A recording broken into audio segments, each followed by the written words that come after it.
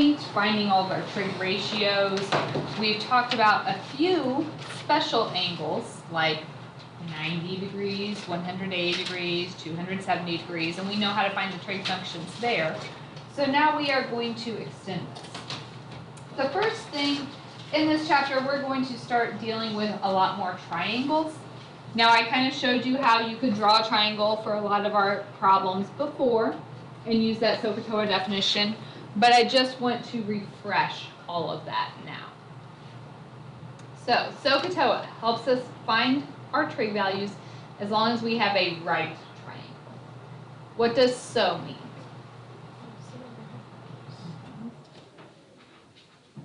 Sine is opposite over the hypotenuse. What does CA mean?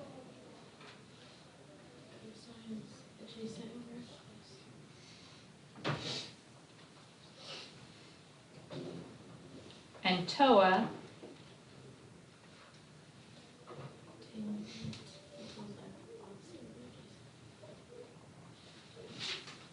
okay. So that's the SO, sine, SOH, cosine CAH, TOA, TOA. So that's our definitions for sine, cosine, and tangent. Now, for this to work, you have to be looking at an acute angle in a right triangle. That means I can't use my right angle. Okay, the reason is these definitions don't work anymore. If I were trying to do from my right angle, this is the hypotenuse, but it's also my opposite side, right? And I have two adjacent sides, so you wouldn't know how to work.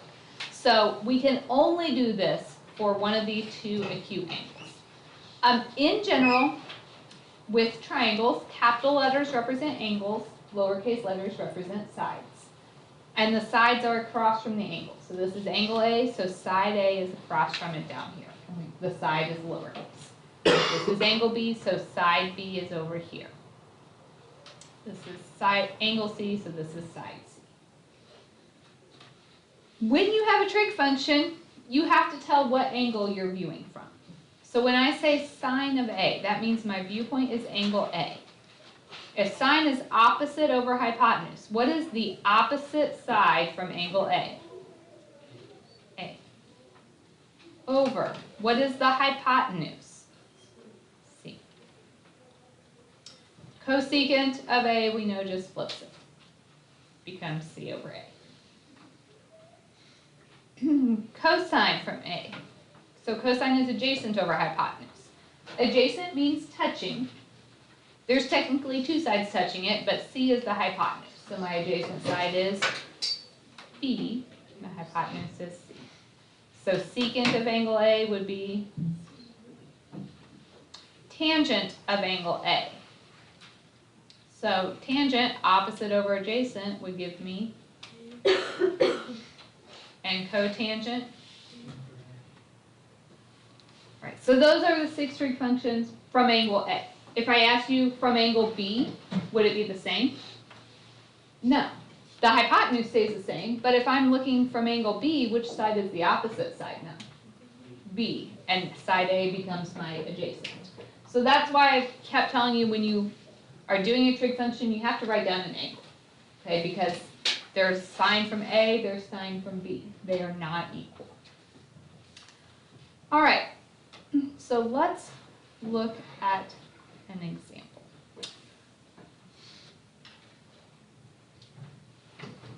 Triangle ABC is a right triangle with C equals 90 degrees. I would draw a picture. So we just need a right triangle. My angles are A, B, and C, but C is the right one. Okay, if A is equal to 6, that's side A. So where do I put that? Down. It goes across from angle A. C equals 10. Where do I put that? The hypotenuse. Find the 6 trig functions of A. Oops. All right. What else do I need? Side B. I need to find b. We can use Pythagorean theorem. A squared plus b squared equals c squared. So that's 6 squared plus b squared equals 10 squared.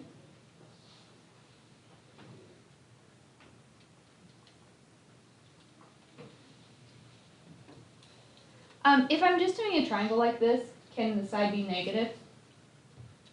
No, we're just talking about regular triangles, so it has to be a positive measure. So that side is 8. So now I want the 6 trig functions of A. So sine of A. My viewpoint is angle A.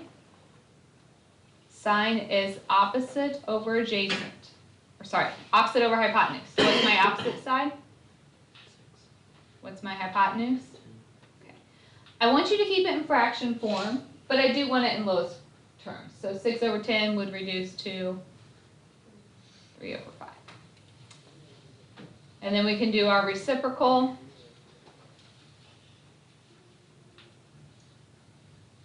And that would be 5 over 3. Okay, cosine. So if I'm doing adjacent over hypotenuse, what's my adjacent side? What's my hypotenuse? So that reduces to 4 over 5. So then secant is going to be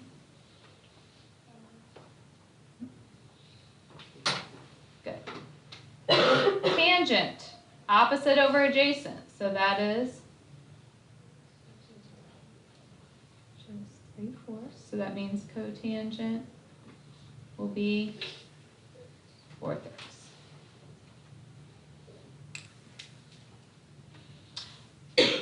I want you guys to do example 2. What you notice about these sides? They're the same. I'm talking about the same triangle, aren't I? This time, though, I just asked you to do it all from angle B. So angle B is my viewpoint. So if I do sine, opposite over hypotenuse, what's my opposite side? What's my hypotenuse? So that is 4/5. So that means cosecant of angle B would be 5/4.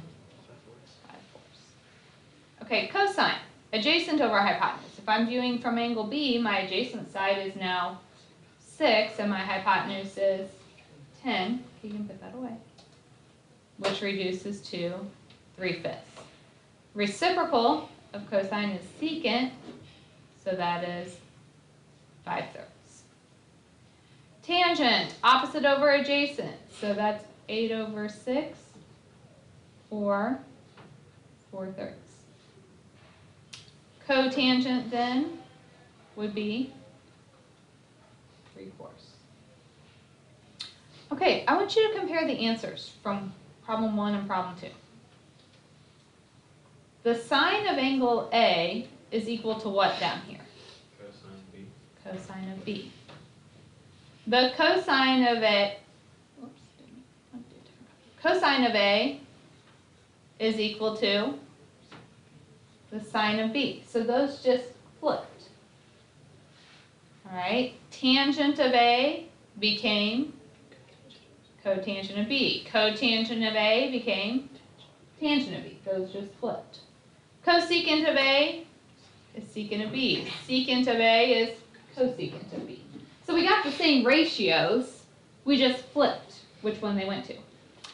What kind of relationship do angle A and B have? What do they add up to?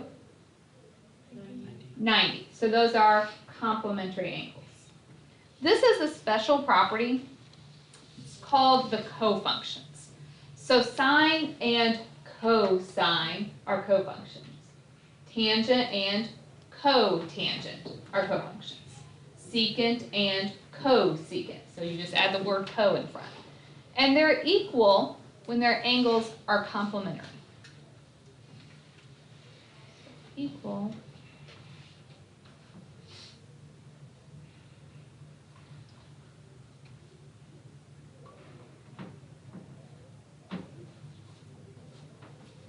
so the pairs are cosine. Tangent goes with cotangent.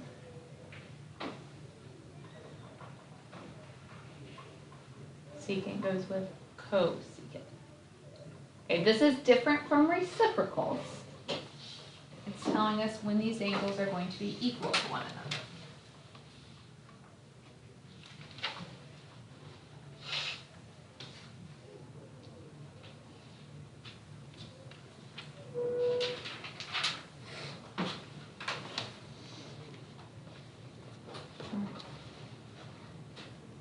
So if I wanted to use that, if I told you secant was equal to cosecant, when are secant and cosecant equal to each other?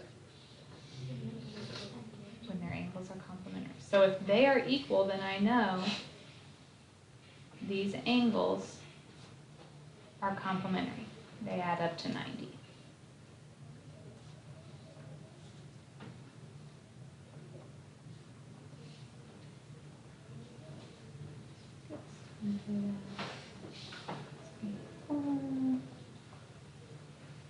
And theta is 12.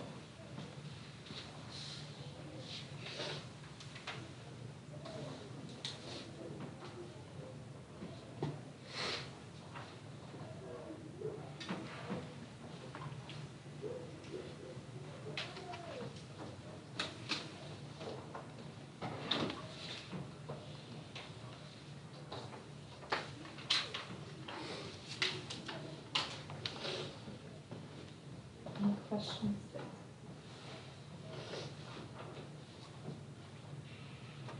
So, let's look at another problem.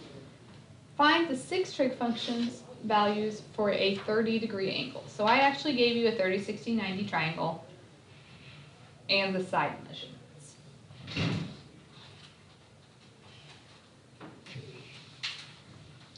So if I asked you for the sine of 30 degrees, what would that be?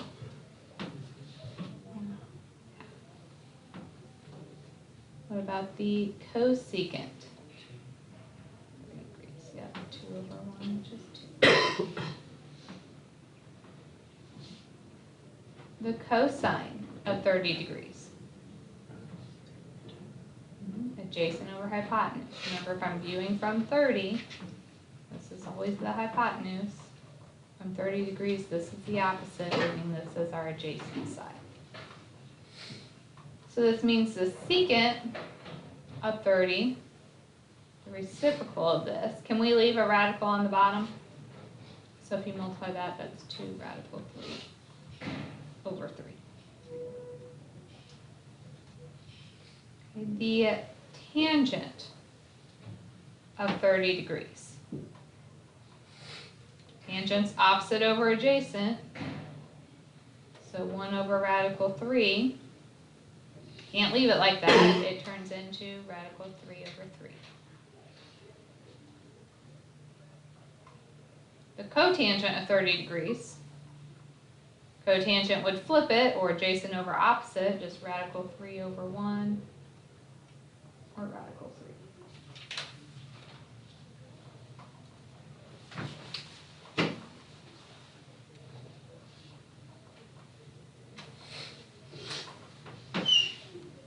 Can you tell me what the sine of 60 degrees would be?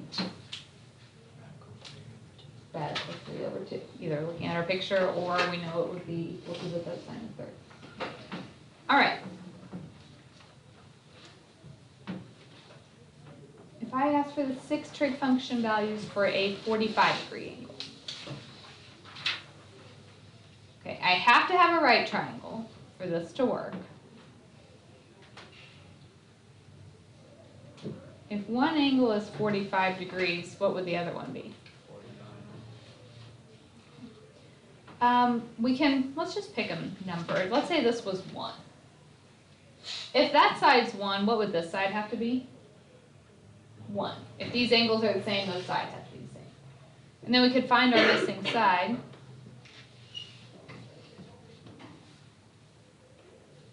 So we get our hypotenuse to be the square root of 2.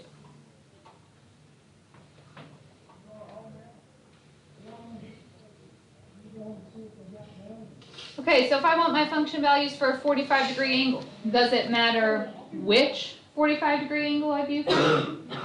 Nope, just pick one. So let's say I view from up here. Sine opposite over hypotenuse, so 1 over the square root of 2. We can't leave it like that, so it becomes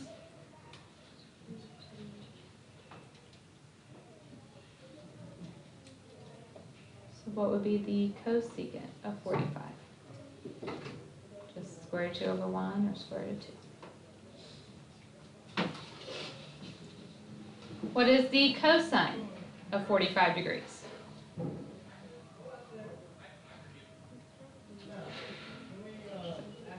Cosine, we get adjacent over hypotenuse, 1 over radical 2,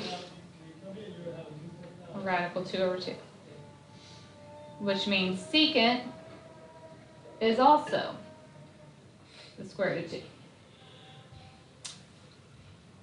Tangent of 45 degrees, opposite over adjacent. 1 over 1 is, so the cotangent of 45 degrees is 1.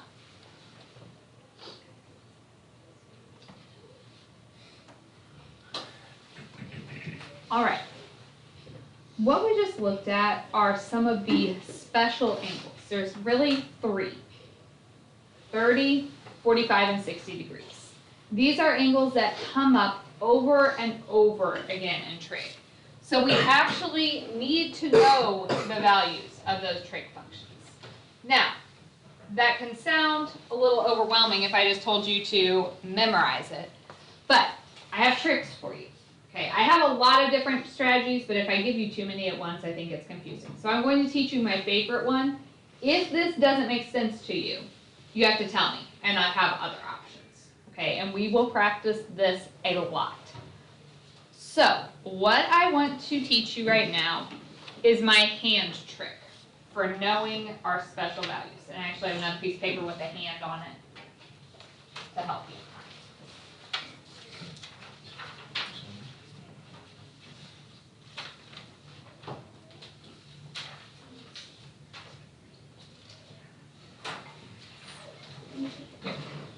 So there's a table on the first note page. I put like 3 more copies up of it on this page because we're just going to practice it a lot. So for the hand trick, your fingers are the special angles that we have. So it's going to start at 0 degrees, 30 degrees, 45 degrees, 60 degrees, and 90 degrees.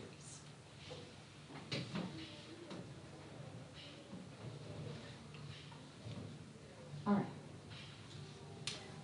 If I ask you to find sine, it is going to be the square root of the top over 2. And cosine is going to be the square root of the bottom over 2. Here's what I mean by that. If I say the sine of 30 degrees, I want you to fold in your 30-degree finger. Okay, sine is the square root of the top over 2. How many fingers do you have above the one you folded in?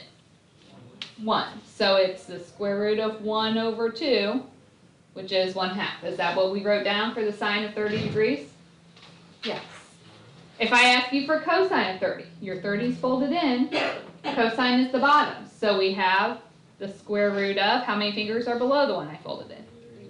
3 over 2. So cosine is radical 3 over 2. Okay, if I said the sine of 45 degrees, so you fold in your 45. Sine, the square root of the top over 2. How many fingers do we have above it? So it's the square root of 2 over 2. Cosine is the bottom, so square root of 2 over 2.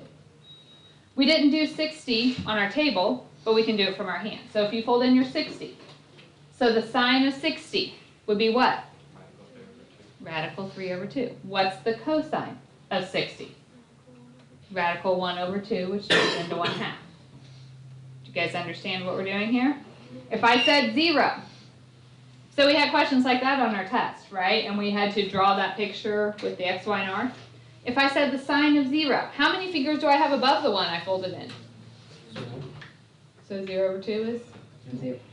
If I said the cosine of 0, how many fingers do I have below? So the square root of 4 over 2, 2 over 2 is 1. Does that make sense to everyone? Okay. Tangent is sine over cosine. So it's just square root of the top divided by square root of the bottom. So if I said the tangent of 30 degrees, you fold in your 30. So radical 1 over radical 3, which turns into radical 3 over 3. If I said the tangent of 60, so you fold in your 60. So we get radical 3 over radical 1, which turns into radical 3. Do you guys understand what I'm doing with this? Okay. If I wanted the other 3 trig functions, what would we have to do? Reciprocals. Okay, if we know sine, cosine, tangent, we can get the rest. So let's use this trick to try to fill in our table. So let's just start with 0 degrees. So fold in your 0. What's going to be the sign of 0? 0. If you want to just write 0, that's fine. If you need the explanation why, there are no fingers above, so 0 over 2 is 0. Cosine of 0, how many fingers do I have below? So that's 2 over 2, which is 1. Tangent of 0 degrees, square root of the top over square root of the bottom. So we get 0 over 2, which is 0. Okay, then what would cosecant be? Undefined. It's a reciprocal of sine, so it's undefined. Secant is a reciprocal of cosine. Reciprocal of 1 is 1. Cotangent is the reciprocal of tangent. Reciprocal of 0.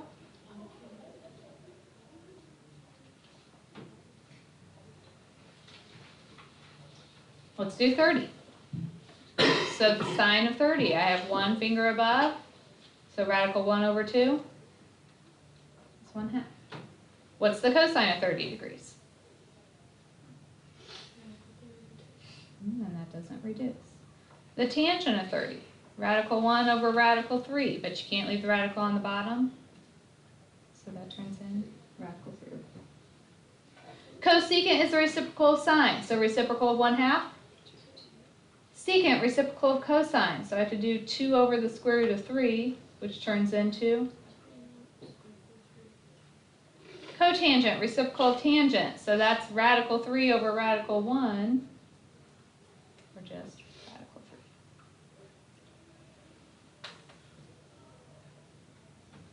3. 45. Does everyone understand how I'm using the hand trick here? So sine, the square root of the top over 2. How many fingers above? Radical 2 over 2. Cosine, square root of the bottom over 2. So radical 2 over 2. Tangent, square root of the top over square root of the bottom. Radical 2 over radical 2 is 1. Cosecant, reciprocal of sine. So that's 2 over the square root of 2. If you multiply by radical 2 on top and bottom and reduce, you get radical 2. Secant, reciprocal of cosine, is also radical 2. Cotangent, reciprocal of 1, is 1. Okay, 60 degrees. So sine, square root of the top over 2. So that's radical 3 over 2. Cosine, square root of the bottom over 2. So that is tangent, square root of the top over square root of the bottom. So radical 3 over radical 1 is radical 3. Cosecant, reciprocal of sine. So if you flip that, get 2 radical 3 over 3. Secant, reciprocal of cosine. So that's 2 over 1 or 2. Cotangent, reciprocal of tangent. So that's 1 over radical 3. All right, 90. I don't know, fun fact about me, I can't bend my pinky in, so I have to hold it down. I don't know if you guys are able to, but I cannot. So, sine. Square root of the top over 2. How many fingers above it do we have? So, radical 4 over 2. Cosine, square root of the bottom over 2. How many fingers below it? There are none, so 0 over 2 is 0. Tangent, square root of the top over square root of the bottom. What do we get?